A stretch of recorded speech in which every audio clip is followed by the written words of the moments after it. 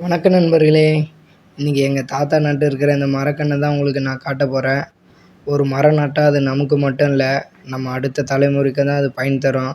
அதனால் வீட்டை சுற்றியும் நம்ம நிலத்தில் முடிஞ்ச அளவுக்கு மரக்கன்றுகளை வளர்க்கணும். நீங்களும் முடிஞ்ச அளவுக்கு மரக்கன்றுங்களை வளங்க, அது என்றைக்காக இருந்தாலும் நமக்கு பயன் தரும்.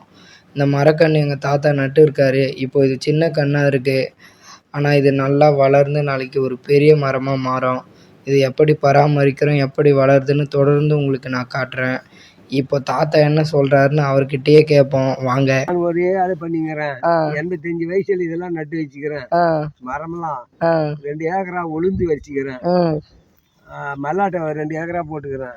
சரி, பண்ணிக்கிறேன்.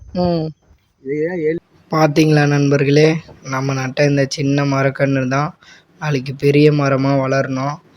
இதை தொடர்ந்து உங்களுக்கு நான் காட்டுறேன்.